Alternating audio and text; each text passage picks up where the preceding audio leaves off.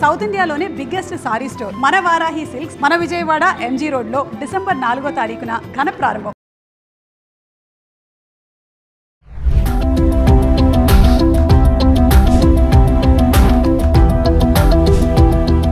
Suman TV ప్రేక్షకులకు మీ analyst Mandadi Krishna Reddy. పాత నోట్లు చినిగిపోయిన నోట్లుంటే చాలా మందికి అశ్రద్ధ ఉంటుంది.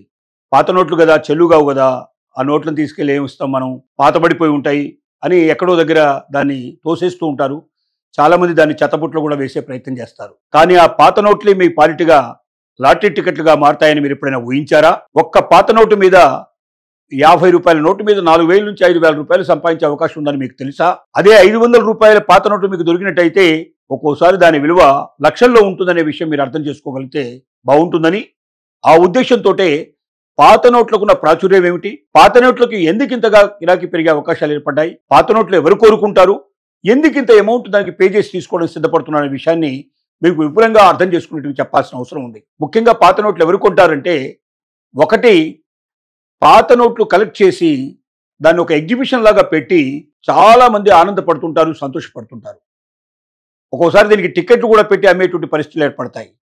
ఈ ఎగ్జిబిషన్స్ దాదాపుగా పల్లెటూరు నుంచి మొదలు పెడితే పట్టణాల దాకా అనేక చోట్ల స్కూల్స్లో, కాలేజెస్ లోపల, తర్వాత ఎక్కువగా పౌరులు నివసించే ప్రాంతాల లోపల ఈ ఎగ్జిబిషన్స్ పెట్టడానికి వీలైనంత వరకు ఎక్కువ మంది ప్రయత్నం చేస్తారు. ముఖ్యంగా పిల్లలు దీన్ని చాలా సంతోషంగా ఒక ఆల్బమ్ను రూపొందించుకొని అవి చూసి మురిసిపోతూ ఉంటారు. కాబట్టి తల్లిదండ్రులు ఆ పిల్లల కోసం ఎంత డబ్బైనా వెచ్చించి పాత నోట్లను సేకరించే ప్రయత్నం, పాత నాణ్యాల్ని సేకరించే ప్రయత్నం చేస్తారు.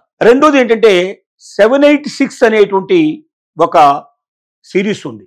అంటే 7, 8, 6.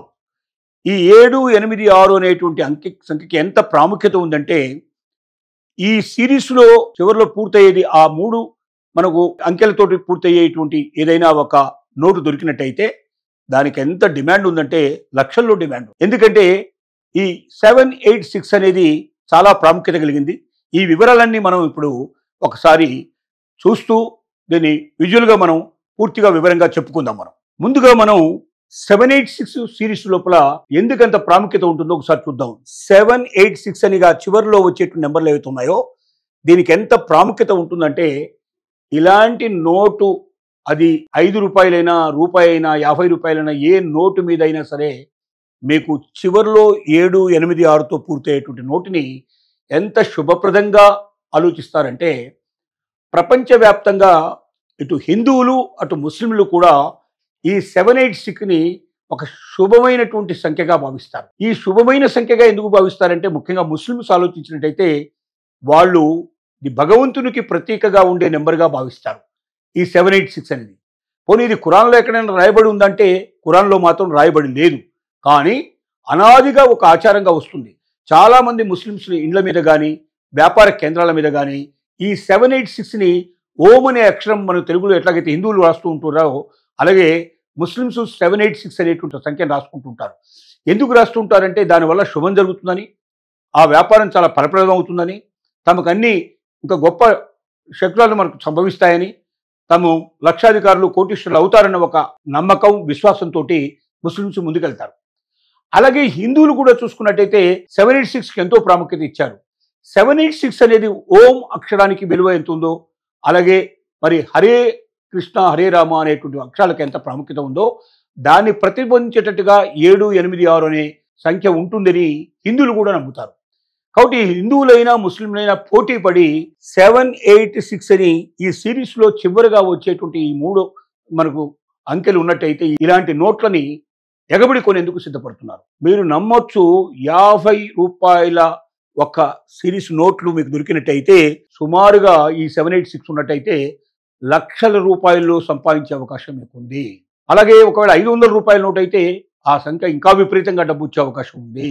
కొన్ని 786 కాదనుకోండి, 789 కూడా చాలా ప్రాముఖ్యత ఉంది. 789 వరుసగా సిరీస్ వస్తే ఒక 50 రూపాయల నోటుకి సుమారుగా $40 నుంచి $50 మీకు వస్తాయి. అంటే దాదాపు 3,000 నుంచి 4,000 రూపాయలు మీరు సంపాదించుకునే అవకాశం ఉంది. అలాగే 500 రూపాయలు అయితే ఖచ్చితంగా లక్షల రూపాయల లోపల మీకు వచ్చే అవకాశాలు ఉన్నాయి.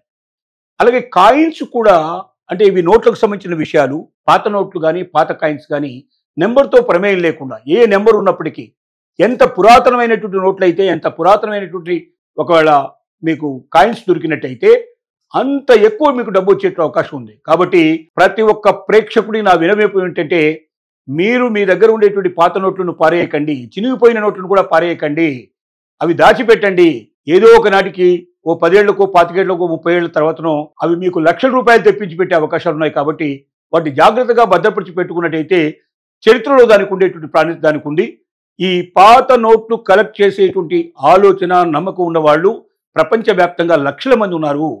వీటిని ఆన్లైన్లో అమ్మడం మీకు చాలా డబ్బు తెచ్చి పెడుతుంది. మరి ఆన్లైన్లో ఎలా అమ్మాలి? మీరు ఆన్లైన్లో ఎలా అమ్మాలంటే, సపోజ్ ఇప్పుడు ఈబే ఉందనుకోండి, ఈబే www.ebay.com అనేది మీరు ఓపెన్ చేస్తే దాంట్లో మీ దగ్గర ఉన్నటువంటి పాత నోట్లు కానీ పాత కాయిన్స్ కానీ మీరు ఏం చేస్తారంటే ఫోటో తీసేసి దాన్ని అంటే కాపీ చేసి మీరు లోపల దాన్ని మీరు తీసుకుని స్కాన్ చేసి పెట్టుకున్నట్టయితే లోపల పెట్టేస్తే దాన్ని వేలంలో పెట్టడం జరుగుతుంది. వేలంలో మీరు ఎంత రేటుకి అమ్మదలుచుకున్నారో చెప్పొచ్చు, లేదా వేలం స్టార్ట్ చేయడం నేను త్వరతో స్టార్ట్ చేస్తున్నాను మీరు పెట్టేస్తే దాని వేలంలో ఎవరు ఎక్కువగా అత్యధికంగా పాడతారో ఆ డేట్ వరకు మీరు వెయిట్ చూసి ఆ డేట్ నాడు మీరు వాళ్ళకి ఆన్లైన్లో మీ అమౌంట్ మీకు వచ్చిన తర్వాత మీరు దాన్ని పంపించేట్టు ఏర్పాటు మీరు చేసుకోవచ్చు.